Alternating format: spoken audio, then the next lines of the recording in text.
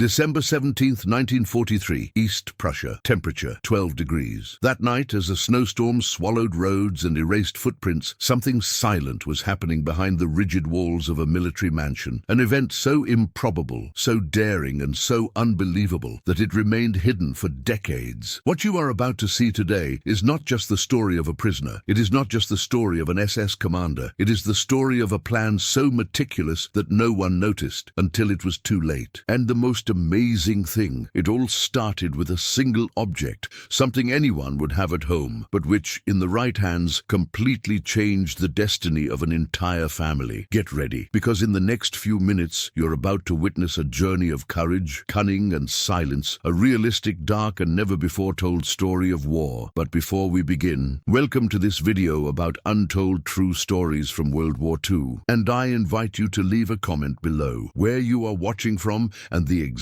time.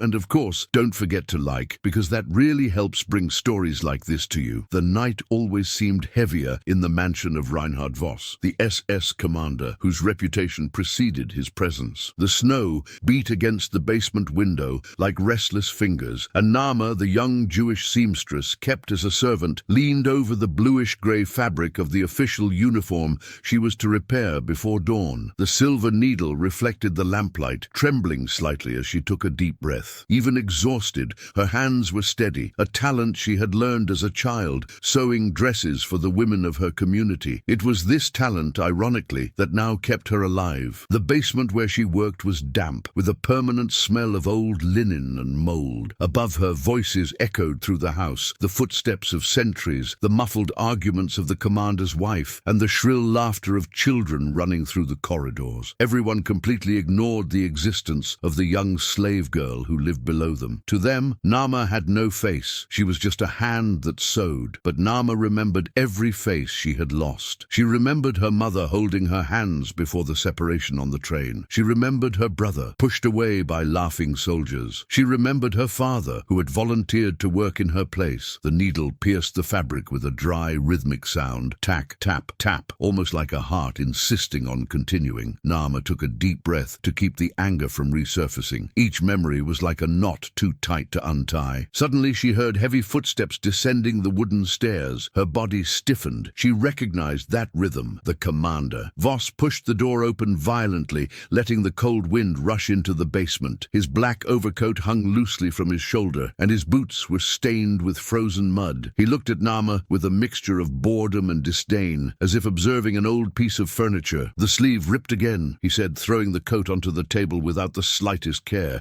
Fix it before dawn, and do it right this time, or I'll have to replace the seamstress. The word replace left no doubt about the subtext. It wasn't about work, it was about life. Naama simply lowered her head, as if submissive, but behind her eyes something was stirring, a silent decision. The commander climbed the stairs without waiting for an answer. As soon as the footsteps faded, a tremor ran through her body. It wasn't fear, it was clarity. That man hadn't just destroyed her family, he was destroying lives every day. The house he lived in was built upon the suffering of many, and the invisible seamstress was, for him, so irrelevant that she was almost perfect. As she picked up her coat to examine the tier, something fell out of the inside pocket, a small metal box, the kind used to store pills. When she opened it, she smelled a strong, irritating chemical odor. Inside was a white powder, compacted into brittle tablets. She recognized where it came from. The soldiers in the house used it during cleaning and disinfection procedures. A toxic industrial compound,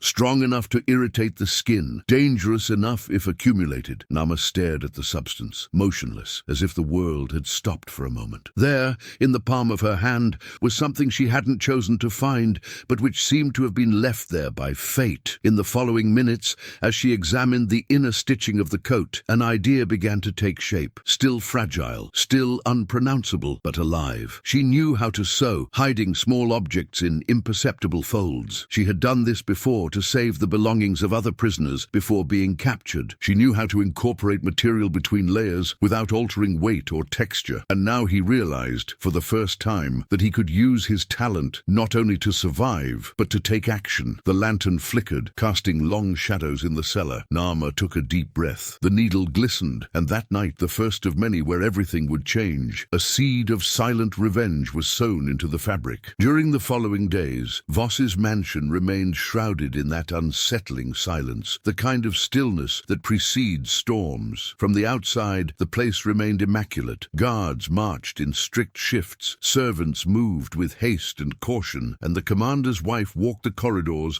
with a stern expression, as if the house itself feared disappointing her. But in the basement, something new was breathing, something that hadn't existed before. Naama, with her lanky posture and ever-obedient eyes, continued performing her tasks like any servant trained to survive. But inside, it was as if a second version of herself, awakened, sharp, patient, had taken control. Every night, when the rest of the house slept and only the outside patrols remained active, she would go down to the sewing room and organize her materials with surgical precision. The small metal box, now hidden in a crack in the wall, was her new instrument. She took care not to touch the contents directly.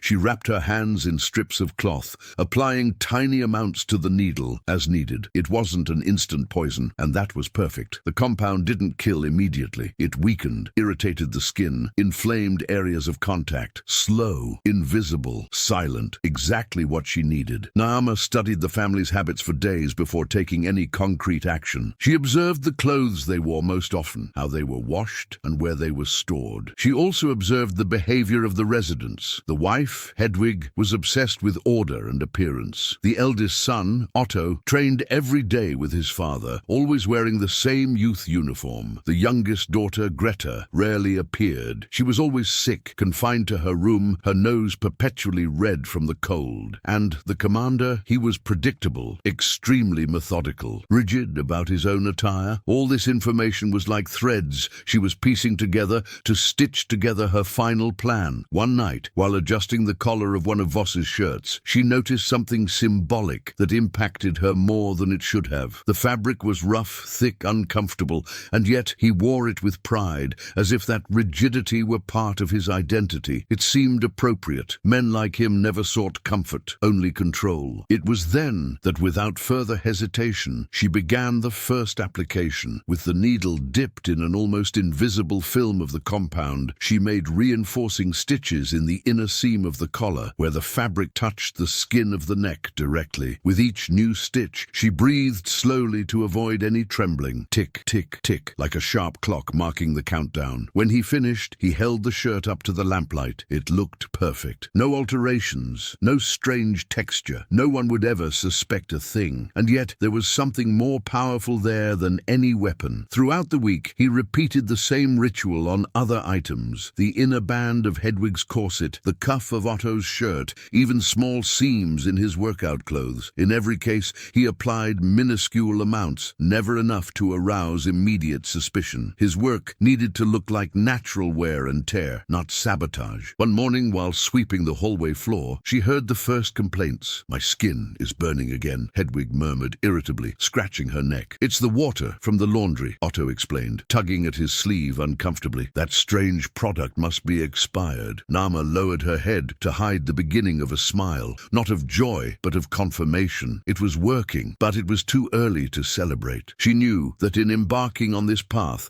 she had also accepted the greatest risk. If they discovered any irregularity in her clothing, if any military doctor identified the compound, if Voss suspected her for a second, there would be no screams, no trial, just the end. And yet night after night he returned to the cellar, following the same silent ritual, perfecting each stitch as if embroidering his own destiny, stitching together their pain, stitching together their freedom, stitching together what remained of herself. The cold intensified outside, covering everything with a white layer. Naama knew winter would be her ally. Time was on her side, but the clock was now also her enemy. The countdown had begun. Winter arrived abruptly, as if poured over the region in a single icy breath. Voss's mansion was enveloped in a thick morning mist, and the biting wind made the trees creak like ancient structures about to collapse. The severe cold transformed even the sounds. Footsteps became more tense, voices seemed shorter, and any unusual movement stood out. For Naama, however, winter was a perfect curtain. The family now wore heavier clothes, extra layers, lined coats, and thick shirts under their uniforms. This meant two things she had predicted accurately. The items would remain in direct contact contact with the skin for a longer period of time. The sweat trapped under so much fabric would intensify the compound's action. The combination of extreme cold and stuffy clothing accelerated a continuous irritation, subtle, progressive, and with no apparent origin. Days after the start of winter, the first symptoms began to undeniably appear. The eldest son, Otto, came down for breakfast with red marks on his arms. He tried to hide them by quickly rubbing his sleeves,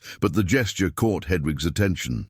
"What happened to you?" she asked, frowning. "I don't know. It burns when I wear this shirt for too long," Otto replied, annoyed and confused. Hedwig wrinkled her nose as if a simple allergy were an insult to the discipline of that house. The commander, meanwhile, observed everything in silence. His eyes narrowed for a moment, but he said nothing. Voss rarely showed concern. He was a man who dealt with the pain of others in the same way he dealt with his uniforms, with coldness and detachment. However, Naama noticed something important that morning. When Voss got up from the table, he discreetly adjusted the collar of his coat with a quick expression of discomfort, a minimal touch, almost imperceptible. But for Naama, it was like divine confirmation. The parts she had dealt with were, in fact, beginning to take effect. In the following days, the pattern intensified. Hedwig complained of burning sensations in her chest area whenever she wore her more formal dresses. Otto coughed frequently, as if something irritated his throat after his morning workout. Even Greta, who rarely appeared outside her room, let slip comments about the persistent itching on her shoulders. Naama observed everything with the precision of an emotional surgeon. She didn't celebrate. There was no room for joy in all of this. There was only observation and caution. If she used too much of the compound,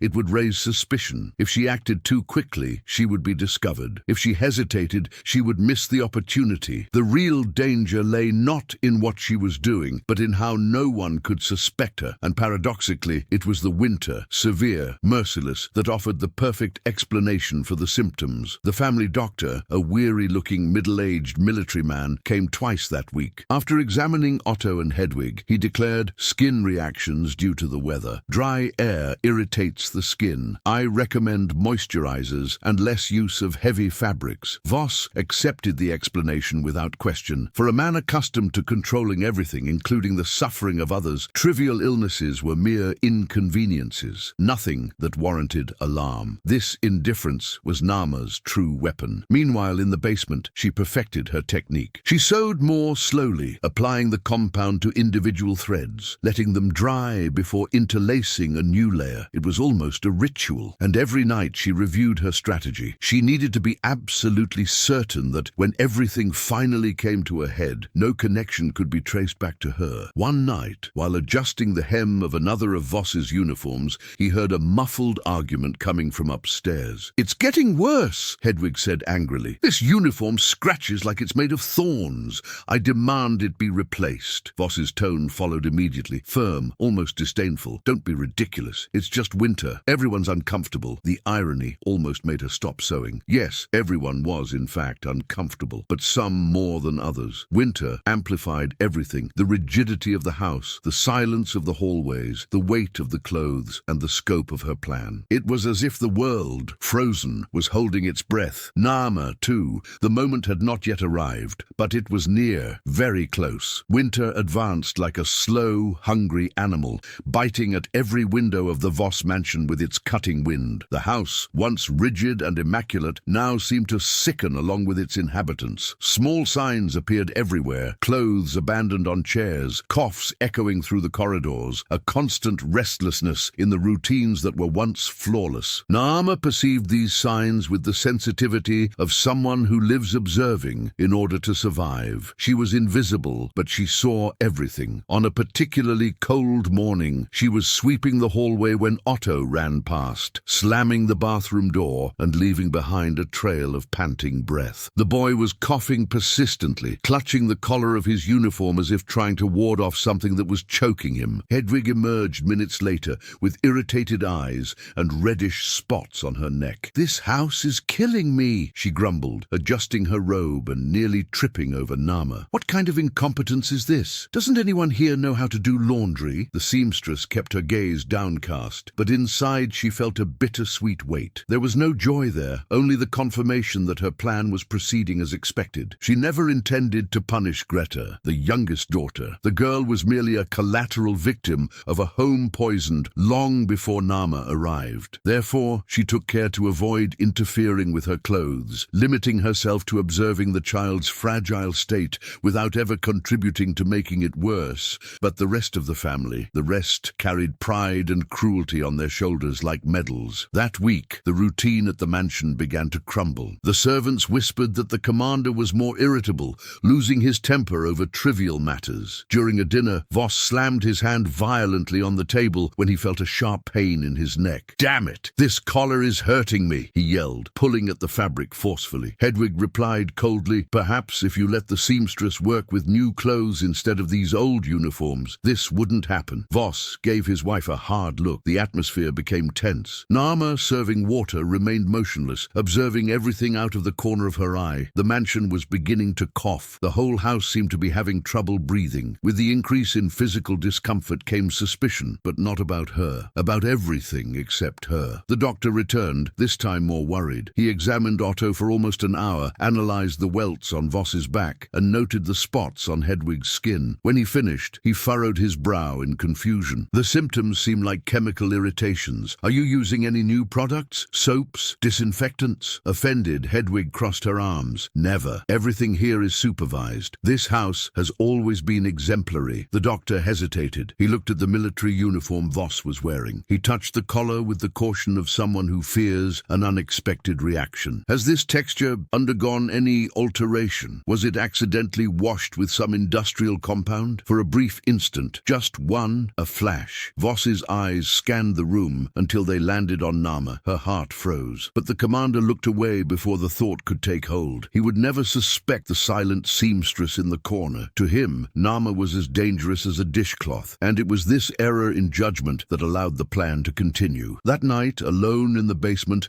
Naama finally felt something she hadn't yet allowed herself to feel. Fear. Not because of what she was doing, but because of how close it was to happening. His plan wasn't to kill immediately. That would be impossible, reckless and traceable. His strength lay in the accumulation of days, in constant irritation, in the imperceptible fragments that had formed. It was a punishment that grew like an underground root. She touched the metal box hidden in the wall, taking a deep breath. Her time there couldn't last much longer. Soon, someone would notice that the house was deteriorating from the inside out, and when that time came, Naama would need to be far away. Winter continued to tighten its grip on the mansion like a clenched fist, and the house coughed and coughed and coughed, long before any of them realized it wasn't just the weather, it was her. The Voss mansion, once so imposing, now seemed a tense structure, ready to crack at the slightest movement. The guards began to comment amongst themselves that something was wrong in that place. It was as if the air was saturated with unease. Nothing happened abruptly, but everything was getting worse. Slowly, silently, as if an invisible hand was squeezing the house from within, Naama observed the changes with a calmness honed by survival. She knew that the most delicate stage of the plan was beginning, the period in which the effects were already visible, but the culprit was still invisible. She needed to act as if she were just another weary servant of winter. One morning, while folding sheets in the hallway, she heard an argument in the main room. Hedwig was talking to the doctor, her voice thick with frustration. "This is unacceptable. My skin feels burned, and my husband can no longer wear a uniform for 2 hours without complaining. The symptoms are typical of repeated exposure to chemical irritants," replied the doctor, exhausted. "If there was some new product being used—" "Nothing new enters this house," Hedwig interrupted him, "and if it did, I would know." Naama continued her work, but she recorded every word. That was the advantage of being ignored. No one bothered to moderate conversations in her presence. Later, while cleaning the dining room, she witnessed something unexpected. Commander Voss violently ripped off his leather glove and threw it onto the table. His hand bore pink, irritated marks that continued up his wrist, hiding beneath his uniform sleeve. "This is ridiculous," he growled. "The quality of these materials is declining. I'm going to send complaints to the supply department." Otto, seated at the table, coughed sharply, putting his hand to his throat. Voss looked at him impatiently. "Calm down, kid. It's just a cold." But Naama noticed it wasn't a cold cough. It was a harsh, continuous cough,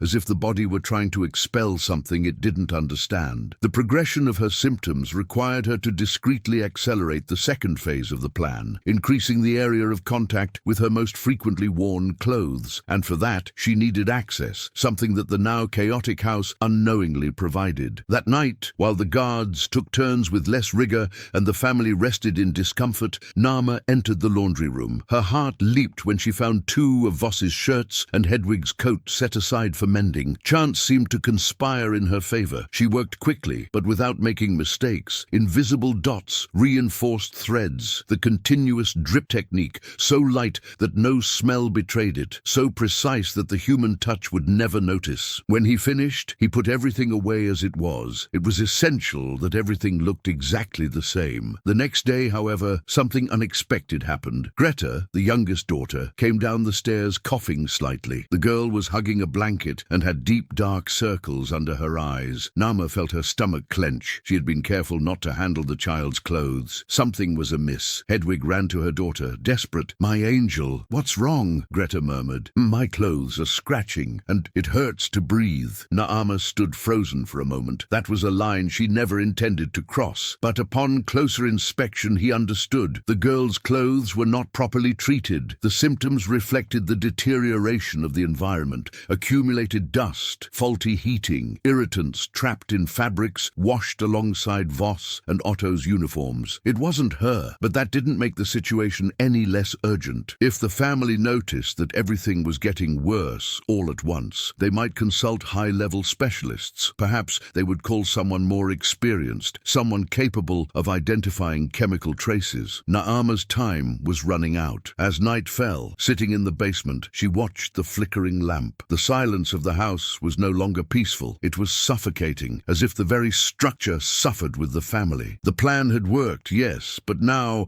it threatened to become unpredictable. It was time to prepare the escape. If he stayed any longer, the risk would be fatal. The house coughed. The family was suffering, and Naama knew if she didn't escape now, she would die with them. The basement, which had once been merely a place of servitude, now seemed to pulse like a racing heart. Each night, as the cold worsened and its effects spread through the house like a silent fever, Naama clearly perceived that the siege was closing in, not on her, but on everyone. And as destruction draws near, vigilance also increases. The guards began patrolling with flashlights, observing every corner of the mansion in search of explanations for the growing unease. The atmosphere was thick with tension. It was as if the entire house was struggling to breathe, and each inhabitant was an unstable piece about to fall. Naama knew that if she waited any longer, it would be too late. The plan wasn't to carry out a perfect revenge. The plan was to survive it. On the afternoon that marked a turning point, the doctor returned for the third time in a week. This time, he examined Voss with a stern expression. "Commander, I need to be frank," he said, lowering his voice. "This isn't ordinary dryness. Your symptoms don't make sense. They're spreading in an unusual pattern. It's possible there's contamination on some object or fabric in the house." Hedwig stood motionless. Otto shifted in his chair, and Voss's gaze, like a blade, swept across the room until it landed for a fraction of a second on Naama. There was no explicit accusation, but there was a spark of danger. Later, when Voss left the room to answer a call, part of the conversation was overheard, enough to send chills down Naama's spine. "If this continues, I will request a military inspection. I want them to bring in experts from Berlin. Something is wrong here. Experts. If they analyzed the uniforms, if they noticed microscopic traces of compound, the whole plan would collapse, and she would be the obvious one to blame." Naama knew that was the point of no return. She had to escape before the experts arrived. She had to disappear before the house was searched. That same night, while climbing the side stairs with a bucket of water, part of a routine she did on purpose to appear predictable, Naama heard something that made her freeze in place. Little Greta was crying behind the half-open door. "Mom, it hurts to breathe," she sobbed. "Why is this happening to us?" Hedwig, exhausted and speechless, simply hugged her daughter. Naama looked away. She never meant to hurt Greta, never, but the consequences were spreading like inevitable cracks. And at that moment, something inside her became even clearer. There was no more time. When everyone was asleep, Naama returned to the cellar and discreetly began to gather everything she needed. Little was enough: a common cloak worn by servants, a scarf to protect her face from the cold, 2 pieces of bread hidden for days, and the courage that, until then, had been saved as a last resort. But the opportunity was lacking. Through the narrow basement window, she watched the guards' movements. The pace had changed. They were more alert, more impatient,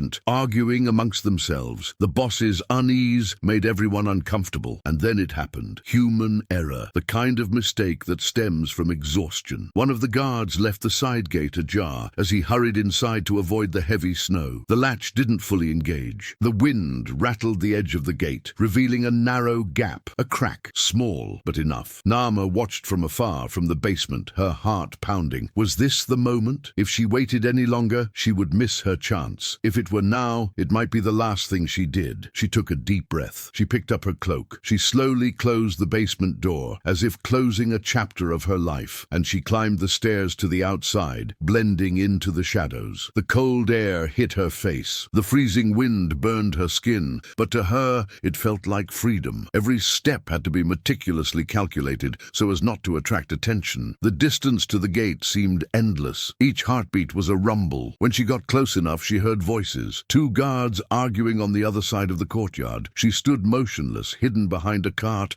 waiting for the right moment. The gate was still open, a miracle or an invitation. Naama took a deep breath, lifted her head and ran. Silently, precisely, quickly, she passed through the gate like a gliding shadow. Not even the dogs, distracted by the wind, noticed, and then she was gone. Night seemed to swallow up all the surrounding sounds. The snow fell like a protective veil. The world was vast and dark, but for the first time in a long time, there were no walls. Naama didn't look back, because she knew if she looked, she might never be able to leave. The snow was so thick it muffled the sound of her own footsteps. For Naama, this was a blessing. Each flake seemed to erase a trace of the path it left behind. There was no moon, only a heavy, opaque sky that made the world an endless corridor of white and shadows. And for the first time in a long time, Naama felt the air enter her lungs without the weight of having to obey anyone. But freedom, as he learned too early, was not synonymous with security. She walked quickly, her hood covering her face, her body hunched over to appear smaller. The road behind the mansion was used by sporadic patrols, especially in winter, when the risk of desertions and escapes increased. Every bend could conceal a lantern. Every silence could precede a dog's bark. With each new step, Naama mentally repeated a list of names. The names of her family, the names of the women who sewed beside her in the ghetto, the names of those who never managed to escape. It was as if each name was a thread pulling her forward. After hours of walking, she spotted an abandoned barn, a dark rectangle almost swallowed by the snow. She entered through the side door, pushing aside the old wood that groaned as if awakening from a long sleep. Inside, she found damp straw, 3 broken crates, and the comforting silence of a place forgotten by the world. She huddled in the corner and took off her cloak, which was soaked. The straw smelled of mildew, but it was better than the biting cold outside. She lay on her side, bringing her knees to her chest. Her body trembled, not only from the cold, but from the discharge of everything she had lived through in the last few months. In the silence of the barn,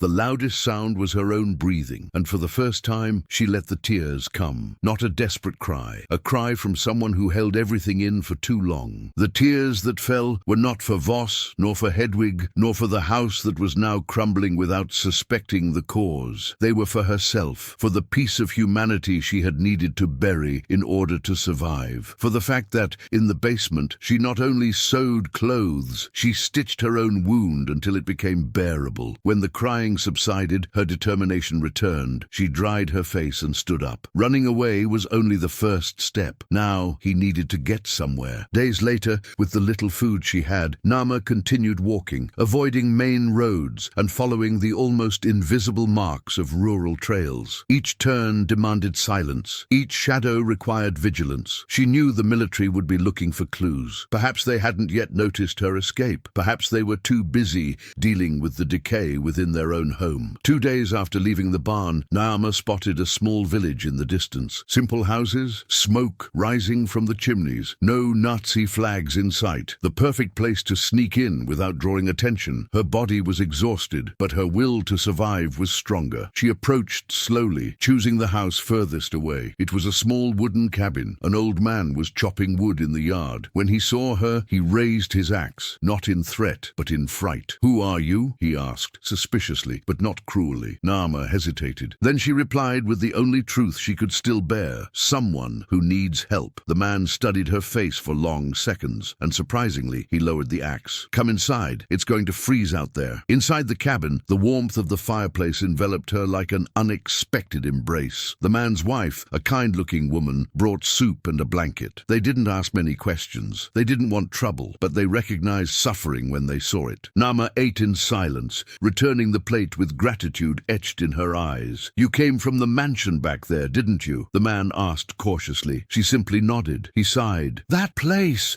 they say it's cursed. The whole family got sick. Nobody understands why." Naama lowered her eyes. It wasn't triumph, she felt. It was closure. Later, when the woman offered her a makeshift bed near the fireplace, Naama lay down and stared at the ceiling. For the first time, she allowed herself to imagine a future, small, uncertain, but possible. And when she finally fell asleep, the snow continued to fall outside, covering tracks, erasing pain, rewriting paths. Snow doesn't distinguish between the guilty and the innocent. It only covers them. And Naama, the seamstress who fought with needle and silence, left behind not a perfect revenge, but proof that even those crushed by the world can one day rise up and walk again.